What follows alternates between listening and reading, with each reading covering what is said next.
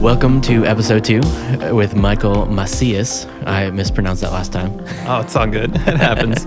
And then Siri, of course, calls it Macias. Yes. Thank you, Siri, for that. Awesome. So we're here, episode 2 with Wilson Lemieux. What'd you think?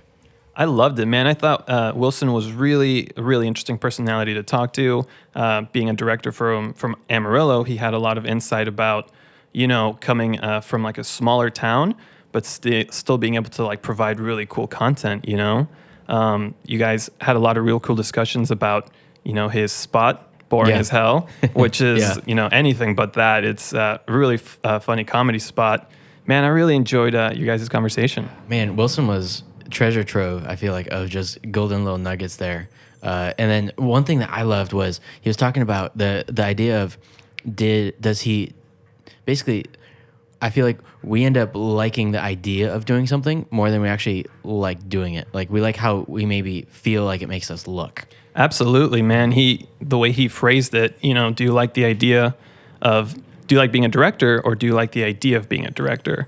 I think that's something that probably most of us in the industry have to, face like as a challenge. For me, for instance, do I like producing more than I like managing?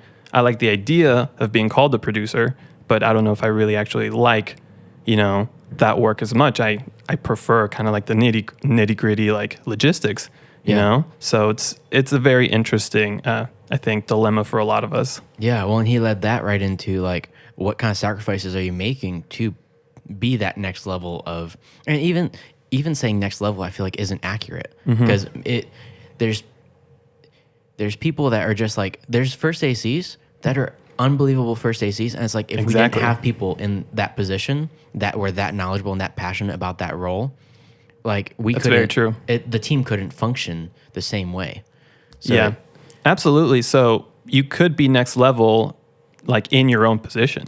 You don't have to like keep advancing to like the very top, So that's one of the things that I like to think about. Maybe I just stick with what I actually like and not really care so much about, and be the best at it. Exactly, and be the best of it. You can make way more money if you're staying in what you find you're good at and you excel at. Exactly. You'll always be working because people will know you're the best in that spot. Yeah, and he led that right into family life balance with the sacrifices you're making there. Yeah, what did you think about all that? Man, it hit home. I felt like there's just some rocks like sinking in my heart there because I think it's something that we all come across and we all kind of battle with. Yeah, and absolutely. Just the authenticity that he was able to share and vulnerability was enviable.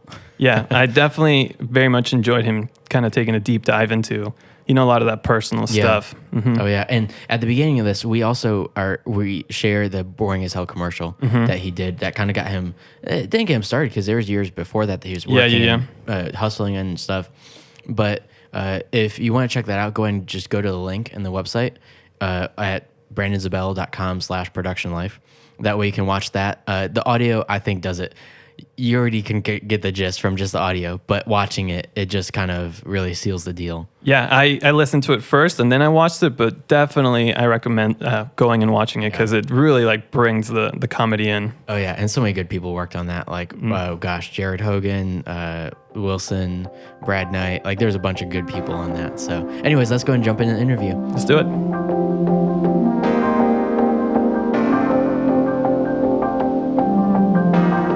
Well, thank you so much for being on the podcast today. Yeah, man. Dude, so Wilson, stoked to meet you finally. Loved having dinner with you last night. Yeah, man. Bought me drinks and stuff, Yeah, dude. Those burgers were awesome. Those by were the good. way. Rodeo Goat for anyone that's been there. Right. They're not an official sponsor yet, but after hearing this podcast and the tens of millions that will inevitably listen, please go to the Rodeo Goat.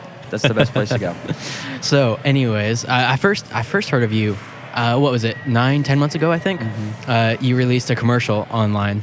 I think it was on like Facebook group or something. And I mean, it blew up. Like it was. I was showing my wife last night. She had never seen it. I was showing her, and she just started like cracking up at the end. And she doesn't laugh easy. Like, trust me, she doesn't laugh at anything. My wife doesn't either. Yeah. Let's just quickly play that commercial first. Okay, yeah. And then we'll go ahead and talk a little bit about it. Yeah, dude. Amarillo was the Wild West, land of cowboys and outlaws. It was awesome, but not for us, because we were bankers. Howdy! They wore holsters and spurs, We had those sharp bow ties. They had 6 shooters. We had ledgers. 126 years later, the outlaws are gone, but we're still here. Amarillo National Bank. We're boring as hell, but we're here to stay. That's awesome. It brings a smile to your face every time. Oh, man. So first to start with, where did you even come up with that idea? So this is what's cool, I think. So like Amarillo National Bank is the largest independently owned financial institution in the country. Not in Texas, not in the Panhandle, not in like the Southeast. It's in the entire country. And so they can kind of like, they don't answer to stakeholders. They don't answer to like any of that kind of stuff, right? But all that being said, a lot of the clients that we've seen, especially in the larger kind of tiers that we've worked with, they've moved their entire marketing team inside. And so they'll contract out a video guy or video team or whatever, and then they have like an in-house designer, an in-house copywriter, or they've contracted out a copywriter. And so I wrote none of the copy. And a good friend of mine named Jason Boyette, who has a podcast in Amarillo called Hey Amarillo, has been kind of their copywriter of record for a long time. And it was the Friday before Christmas, the marketing director called me in and said, hey, we want you to do the Super Bowl commercial. And I was like, cool, yeah, sure, I'm doing it. Like, absolutely. And we sat down and I read the script and it said boring as hell. And I was like, this has been approved. And she was like, yeah.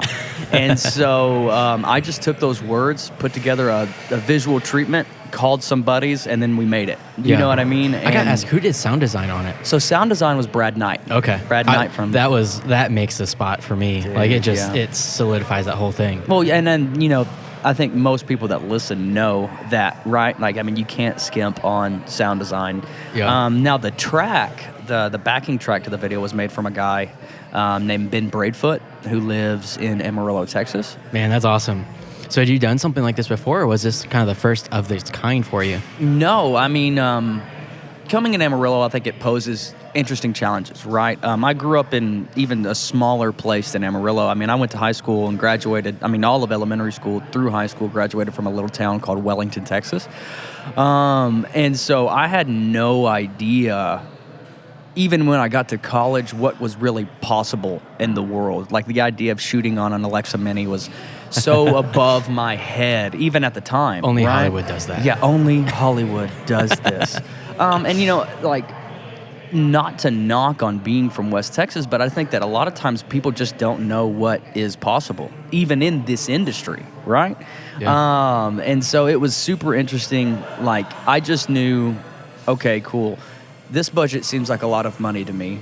Let's invest the majority of it into the project, whether that's crew or gear or whatever. And even if I'm not making whatever I'm used to making, I want to just do this right. So I didn't necessarily know how to do it right. I knew what I saw in my head, and I knew that I wanted it to look good, and I knew that I needed a good camera, and I needed a lot of light. You know what I mean? Yeah. To me, what I perceived as a lot of light, right? Yeah. And so what we did is we invested it into crew and stuff, and then everybody came in, and it happened. You know what I mean? But I had no idea what that commercial would do for me, right? In terms of like the rest of my career. And then I had no idea really, at a loss of words, right? I had no idea like what the other side of that coin would be in terms of going from kind of the experience that I had prior to kind of building my brand and kind of doing the basic run and gun type of one-man band type of shows or projects to growing into the crew. And I mean, before January or before the Super Bowl, I mean, I would shoot, edit, color, everything, because that's all budget's allotted for, right? And since that spot, I've literally been able to, like, I don't think I've shot all year. Wow. You know what I mean? And gone from being kind of just this one-man guy and just freelancer, which is there's nothing wrong with, but actually exploring options of, okay, I own a business now, and we're able to create a really solid product. When you were doing that spot, was it something that you felt like, man, this is a great spot, I need to put every single thing I have into it? Or was it just like, yeah, this is another job? Like, no, could you tell from the beginning? And I think that, That's one thing that I've been able to do is like everything's a stepping stone. Yeah. In this business, period. And one thing I really love about what we do is every video you make or a listener makes or I make is equally a video for us.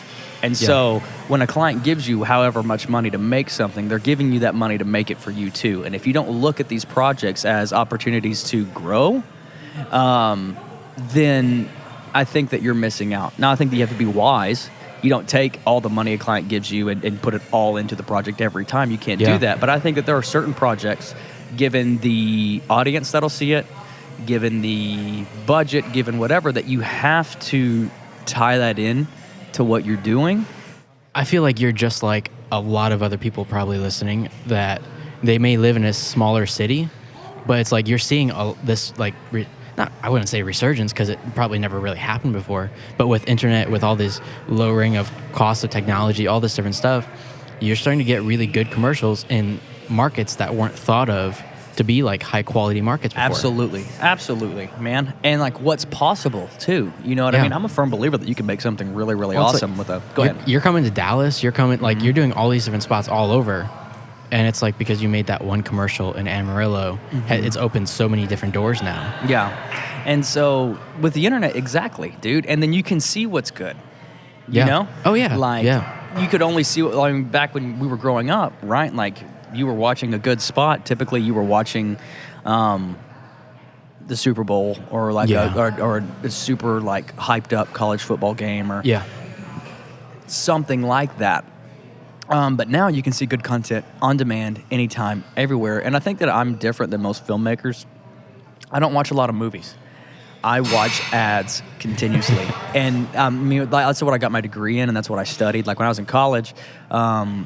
I was on the like national student advertising competitive team at WT, and we got to go to like the national championship of advertising, right? Yeah. And so like I always get hyped up for good ads. Like people are like, "What's your favorite movie?" And I was like, but have you seen Never Idle for Valvoline that Solomon Lionel did, right? Like, oh my God, right? Like I get more excited for ads than I do probably anything. Like my wife gets so mad at me because I will sit there. Even when like football's not on or whatever show, like I'll watch the entire ad, right, and like dissect it. And I don't just think about how they made it from a production standpoint. I think about why they made the decisions pre-production in terms of like the research that went into why is there like a Hispanic person here instead of an African American person in the video? Why is this shirt like this color? Why are all those things are very intentional when you get to those levels. I'm sorry, right? Filmmaking community. I think that like films are great and I'll watch a good one. Yeah. You know what I mean? But someone asked me to do that film challenge on Facebook. Yeah. It was hard, bro. Like I was like, I don't know 10 movies, but I could reel off 10 ads right now that have like changed the way that I look at. Changed the way you live. Changed the way that I look at production. Name your top 2 right now. My top 2, Never Idle by Solomon Lionel, and then that freaking dope Audi one where at the end the guy goes, "You aren't test driving these cars, son. These cars are test driving you." That's a really good one too. But then like the Jean-Claude Van Damme, Don't Get Van Damned by, is it Tostitos? Yeah. That one's amazing. My favorite is Apple HomePod or the AirPod. Dude, have you seen the just the Apple? HomePod, I guess it's Apple Pay or whatever. Yeah. Where they the dude's like looking at stuff and it's got that really solid like backing track but his outfit changes the entire spot. Like, oh my God, dude. But then the Esurance commercial with Dennis Quaid.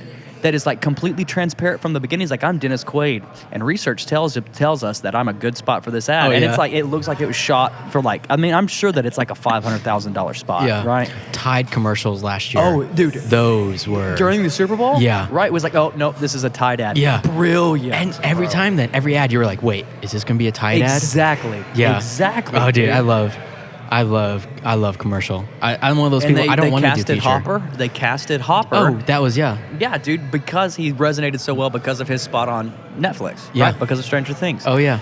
But yeah, like someone asked me, like, "What's your end goal?" And I think that, in a lot of ways, I love directing. Right. In a lot of ways, I love being a director. But I also love owning a business, and the process of growing that business and the Yeah. process of taking that to wherever it's going to be, because my outlook on what this thing could be from January until today in November has completely changed. Well, and that's kind of that leads me into the next question I wanted to ask you. When we were talking last night, we were kind of talking about how doing the boring as hell commercial brought you. It kind of thrust you into the spotlight for a while there, and it's just kind of continued. And it's kind of, you're saying you were wondering about, like, do you want to be a director, or is it the idea? You were just talking about all these emotional. I think that is, yeah. Like, I think this year has been really eye-opening to me, and I've had this conversation with several friends and a couple filmmakers. A buddy of mine posted on Facebook some quote that essentially the wording, and I'm butchering this miserably, but what the quote was it's hard to find a young man that's not overconfident, and it's hard to find an old man that's not I don't know if it's complacent, what the word is. Essentially, what I'm trying to say here is, like, when I first got started, even pre-boring as hell, I was like, dude, I'm killing the game. You know what I mean? And compared to all these amazing filmmakers, even just a few hours away from me here in Dallas, Yeah. like I was not. I mean, the work easily comparable, right? I mean, like, you could look and be like, no way. Yeah. Like, this Lemieux company, dude. So maybe, like, are you saying, like, Boring boring as as hell hell almost did the opposite effect to you? Well, no, Where it was like the older I get and the better the work that Lemieux Company and I am pouring out, the more self-conscious I am about the product. And what Boring as Hell did was it brought me into this arena of super talented filmmakers, commercial filmmakers, whatever, that I really, really respect, but opened my eyes to, okay, I can no longer kind of sit in the big fish, little pond, comfortable realm that I've been in Amarillo. Now I've kind of stepped into the big dog arena, whatever you want to call that. And wow, everybody's just as, if not super more talented than I am. You know what I mean? And so you have to be a lot more intentional with what you make and how you make it, knowing that you have kind of an outside audience that you would like to have, like, input from. You know what I mean? And so the older that I get and the better work that I do, the less cocky I am about this stuff. Yeah. And I think that's an amazing thing, right? And I am still, I would say, confident in the work that I do. But all that being said, But realizing it's not about you. It's in the not film about community. not about Wilson anymore. Yeah. And coming from this world of you have to do it all by yourself, all, one man band. Just kind of run and gun, make it, like, that's still fun, and there's a lot of times I really do enjoy that kind of work. But in order for me to grow business, right, and then I'll tie all this back to your question. In order for me to grow this business, and whether I want to be considered a talented director or not, it can't just be about me. And you talked about what we'd said last night, and the older I get, like I'd said, this stuff is like, I'm less confident in it, but I'm also coming to terms with the fact that it's like, hey, do I really like being a director, or do I love the idea of being a successful director? And doing some of these bigger projects that we've done, whether that's Boring as Hell or the Same Kids that we did for the nonprofit, or what we're doing next week, it's hard, bro. It's hard to make good stuff. It's hard to be the guy. It's hard to be the one where if you're wrong, you're wrong. It's hard to be the guy that, even if there's 16 people on set and this thing goes to crap, it's you. Do you know what I mean? And I've handled that, and I like it. But I'm also at a place that's like, okay, how much am I holding a Lemieux Company product back by being the director, being the editor, being the executive producer, being the producer, all at one time? Yeah. You know what I mean? Because production is so much more than that video that you see. And maybe not, like, I'll never know what all went down on the video you did for Craftsman, right? That's launched or about to launch. Y'all will never know what went on behind the scenes for Boring as Hell, right? Outside of what I show, you know what I mean? No one's ever going to know how hectic the set was for the same kids, having to wrangle a bunch of volunteer extras that are all kids. No one understands that, but the client does. The client's there. Client's on site. Client sees that kind of stuff. And so when I, as the face of this company, am trying to direct this thing and work around 15 different things, how much am I making the project worse by trying to be all things to all people at all times? Yeah. And that's what this past year has really been for me, is learning, okay, cool, Wilson, like pick one. Poop or get off the pot. You know what I mean? Like, and I do like to direct, but I think that where my talents really lie and what I'm looking forward to in 2019 is like, yo, Wilson, maybe pick 2 or 3 a year to do that you really want to do, that you think that you could do well on, but trust other people. You know what I mean? Allow your product to be built by people that are, I mean, honestly, more talented than you. And that's kind of where I think I'm headed, is building really good relationships with really solid filmmakers that are happy working under the Lemieux Company brand on a contract basis, whatever that is, to make really cool stuff. And then just help feed more families than mine. I think that is, when I got started, we had $600 in the bank account. And my wife was pregnant with our first daughter, and I had no real leads. And so when you're in that situation, you have to run and gun and do whatever you can, and you can't really necessarily think about growth. You just think, I want to own a business, or I want to be a freelance filmmaker. And I didn't think about what this would be 3, 4, 5 years down the road, right? But now we're here, and I have to be a little bit more educated, and now I've got 5 mouths to feed instead of 3. All I hear is the song, Start from the Bottom, Now We're Here. Yeah, well, I don't know about that, man. Started at the bottom, now we're slightly above the bottom. But all that being said, like, I've been going through this kind of big shift of, like, do I want to be a cool director? Yes. Do I want to be a good business owner? Yes. What do I want more? And I think I have to pick. I don't necessarily have to pick one, but I think it... What also plays in that is, do you want to be a good father? Like, what does that mean? Yes, dude. It's like with 3 kids, I'm sure. Yes, dude. And do I want to be a good husband?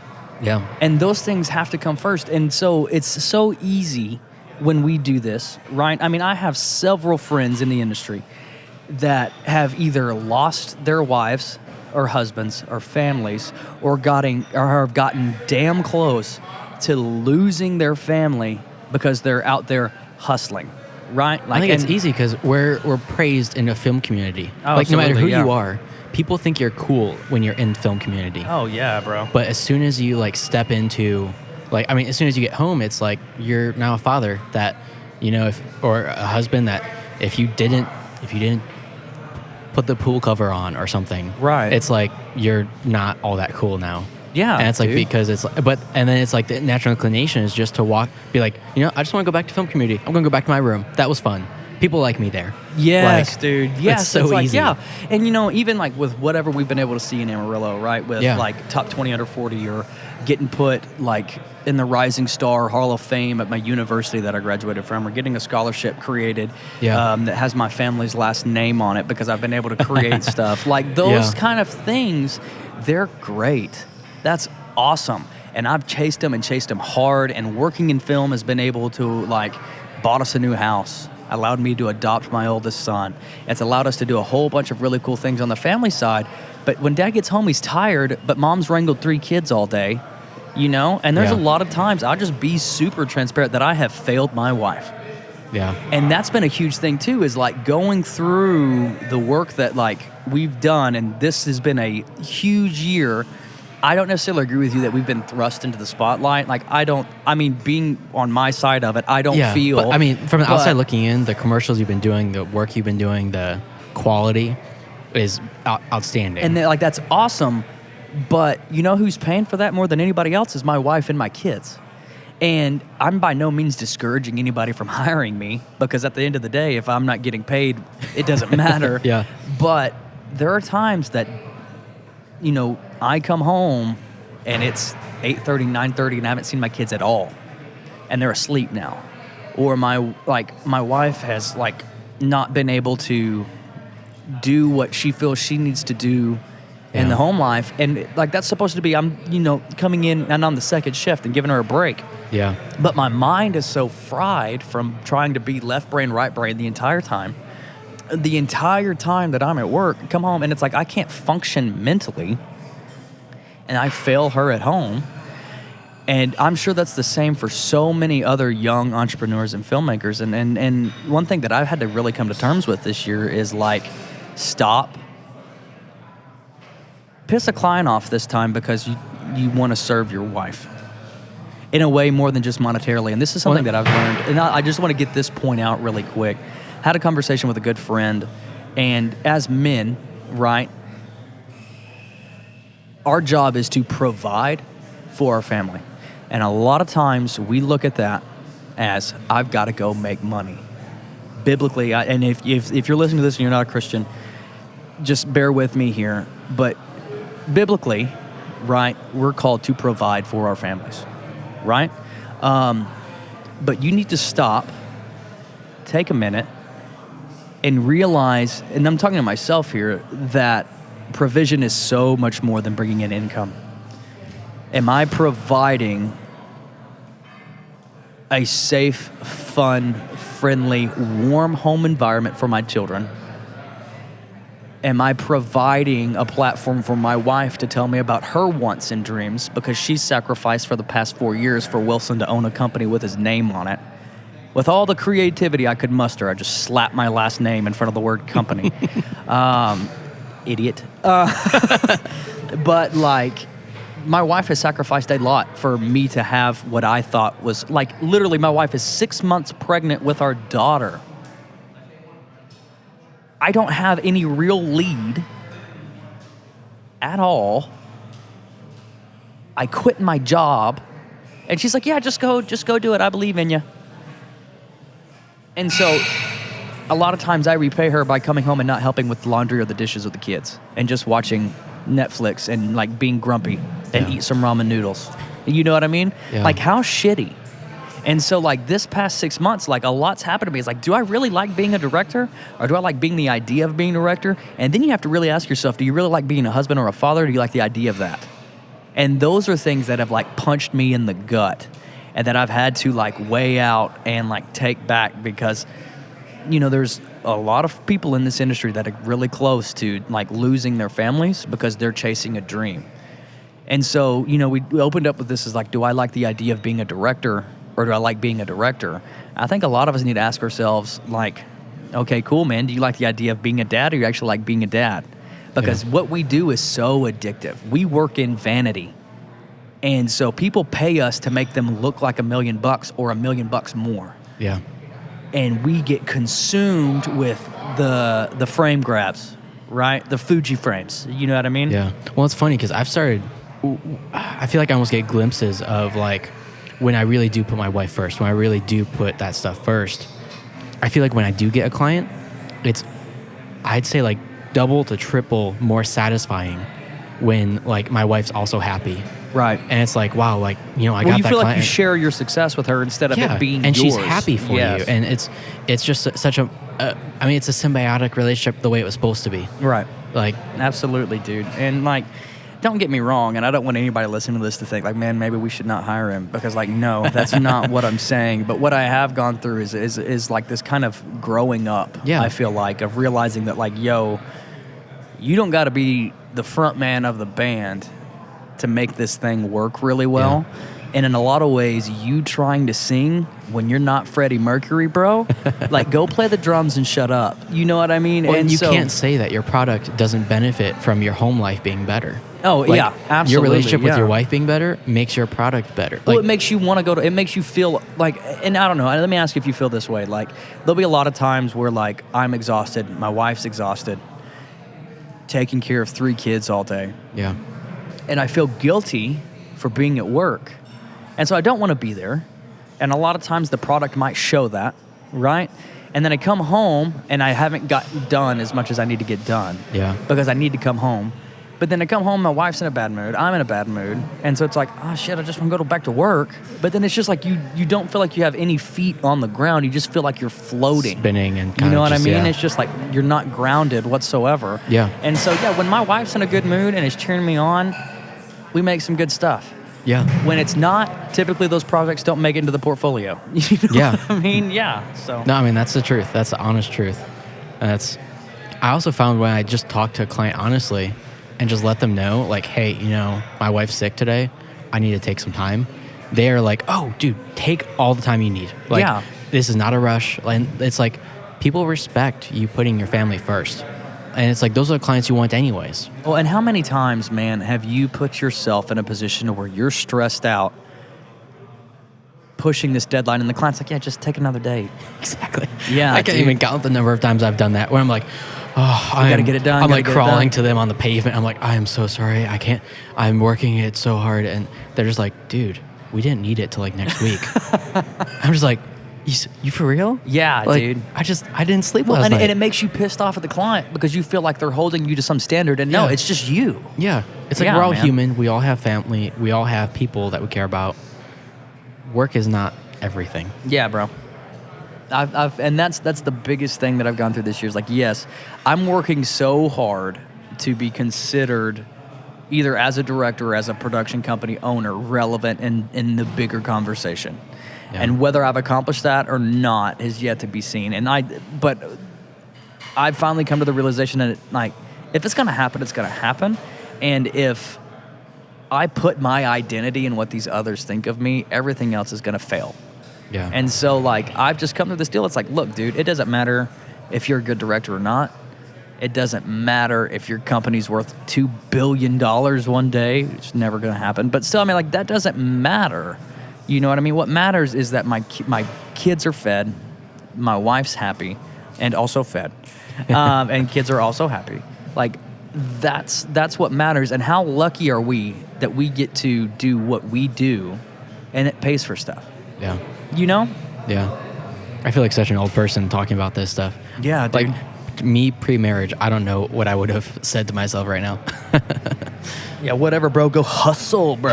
And like, too, like, let's talk about that. People that are like, I'm hustling all day for 12-hour days every day, nonstop, team no sleep. Like, I think our you culture suck, is bro. Like, why? Yeah. Why are you? Why? our culture has idolized that though. No, and we talked about that last night. hustle, and it's Yeah. like Gary Vee stuff. It's like I love Gary Vee, but I hate him too. Like, Well, his stupid. He just- his shoes are stupid. he makes you think that you always have to be struggling to get to where you're going, but you don't. Yeah. Like, you just gotta go out there and work your ass off. I'm Gary Vee, baby. I used to sell wine. I'm Gary Vee. buy my new K Swiss. The dark clouds. The dark cloud case Swiss. Gary Vee. Kiss my ass. I go work hard, baby. Yeah. And like the thing, like I don't know, like you don't.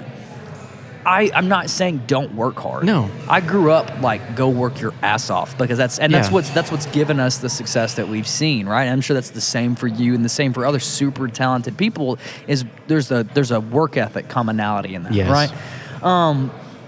But good work comes But- out of good, healthy inner self. Like and so like too, what's the definition? The actual definition of hustle, right? Is to get something done efficiently and well. Why are you working 12 hours, bro? could have done it in 6 if you would have Yeah. just had some sleep last night. Yeah, your time goes from being worth $50 an hour to $100 an hour if you'd have just like slept a little bit. And like I had to do that, right? So I brought my whole rig up to edit, and I had 2 commercials due by this morning. Oh, due by Tuesday, and I drove from 5 in the morning to get to Tyler by lunch. And then we like had to problem solve and do all this stuff. So I didn't get back to my hotel till like 5 o'clock, 6 o'clock. It's already dark. And I was exhausted. And I was like, I got to edit this stuff. I got to make this stuff. Instead, I just went to bed at like 9, woke up at 6, got it all done by 8 and sent it to client. You know what I mean? Like Yeah. this whole concept of I need to work all day, every day to prove my value to myself is absolutely ridiculous. And you can hustle, but like do it. What's the actual, to do something well, do it efficiently. You know what I Yep. mean? Like that should be what's important. because at the same, like, yeah, I've got a whole family. I'm taking care of all of them, right? Yeah. And I'm making 6-7 figures a year, netting that, right? Like, Yeah. okay, badass, dude. But like that money is only like okay, so you have this money for your family to go spend while you're working the entire time. Yeah. Eventually, you're going to get burnt out. Yep. Eventually, you're going to be miserable, and eventually, you're going to hate what you do. And I came very close to that this summer, and I was like, "This is miserable," you know. Yeah. And at some point, like, what you're holding on to is going to grab a hold of you. And I've had to like let go, take my identity out of what I'm making and my brand and all this kind of stuff, and just say, look, man, this is a job too, and that's okay. Yeah. Take a sabbatical. Take some time off. Take the opportunity to be with your family, because that's what you work for. Yeah. I mean, the whole reason I'm doing this is so that like I don't have to do it any other way to take care of my family. Yeah. And so, you know, I don't know where we are in questions. I don't know if this is even relevant. Like, yeah. This was great. Yeah, it's just been a lot. I think we can just wrap it up there. Man, that was so good. Wrap it up, bro. Thank you so much again for coming on and swinging by on your way back to Amarillo. Yeah, man. No, I love it, dude. Yeah, anything else? Is there like... No, that's it, man. Thank you so much. Shut it down, dude. Everybody, listen to this podcast. That's not on anymore. Listen to this podcast. Tell your friends. Back when I was single, I'd say tell the women about me, but I can't do that anymore. So tell the people about this podcast. We appreciate you. See you later.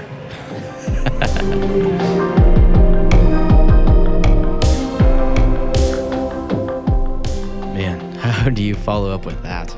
Yeah, no, you don't, man. It's great to talk about those deep things, you know, that we all deal with in production life, you know. So that was really nice. I feel like no matter how good you do production life, you've gone through that. I feel like those seasons at least once. Yeah. I feel like it's always that you always go through that balancing act of trying to make sure that your family needs are met, but then also you're succeeding at work. Absolutely. Yeah.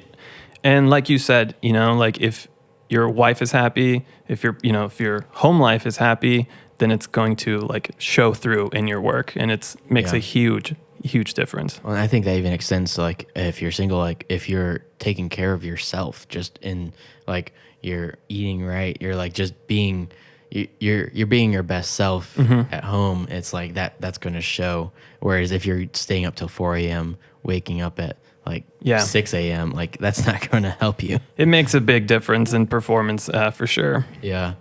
Man, cool. Well, for the commercial, for Wilson's work, for a Lemieux Company's link, everything, you can just go to the brandonzebell.com/production life, and that will have all that stuff there, as well as a few pictures of Wilson in case you just want to, you know. Yeah, I do. I want to see what it looks like. Awesome. And a special thank you to Brad Knight for all the awesome music on this podcast. If you need anything music-wise, film composing, stuff like that, he does custom scores, as well as I believe he's on MusicBed. I'll link to that in the description, as well as his website. Super cool guy to work with. Actually going to be on the podcast coming up soon, too. Yeah, I can't wait for that. Yeah, I think that'll be an interesting just discussion, kind of talking creative process with, especially between film composers and like actual like directors and stuff like that, how that even works. But yeah, as well as Shiny Board Rentals get 10% off when you mention this podcast, and then Lemieux Company is also sponsoring this podcast. So yeah, awesome people all around. So until next time with Michael Macias. Yep, thank you. It was a pleasure.